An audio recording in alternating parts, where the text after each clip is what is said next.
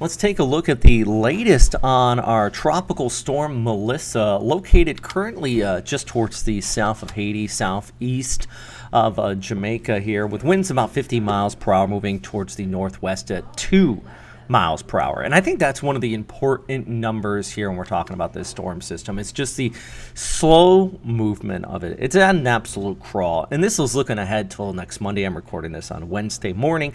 And you can see that this takes, 5 days to get even just south of Jamaica from where it is. While doing so, it is going to be very slow moving. Problem with that is going to be a lot of rainfall, especially for parts of Hispaniola, there into Haiti and Jamaica. By the time it gets closer to Jamaica, the National Hurricane Center does expect it to become a Cat 1 to Cat 2 storm.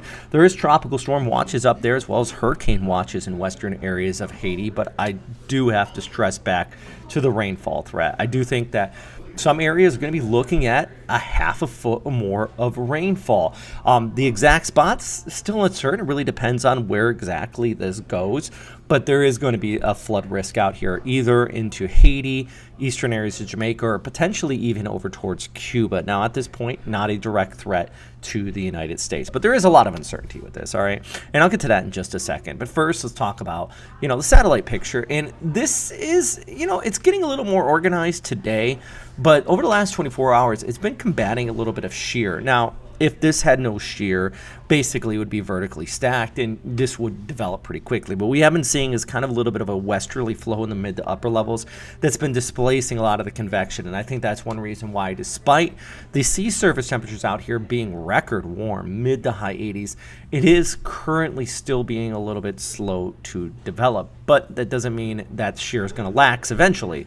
Eventually, it will move into this area that is more favorable for that rapid intensification. As far as direction, you can see here with the ensembles, the GFS and the European, both have it slowly working its way west and then making a turn towards north and east. The question is, when is it turn? Does it get picked up by a trough earlier or later? Yesterday, I would have said earlier, but a lot of the ensembles, due to the fact that that trough is kind of skirting away towards the northeast now, that would have picked it up. I think it's probably going to be later and closer to Jamaica, and thus we go back to the track.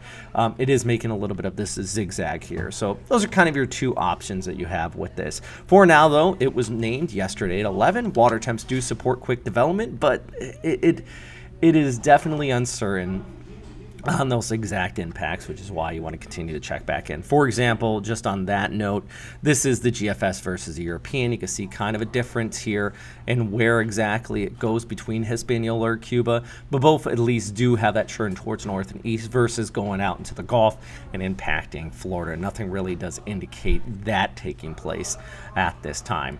Anyways, yeah, that's a quick look at Melissa here on our Wednesday morning, recording this right around 9:30 a.m. Eastern time. The next update comes out at 11. We're going to have a Talkin' Tropics segment here at First Coast News, but if you always want new information on demand, check out firstcoastnews.com/Hurricanes Central.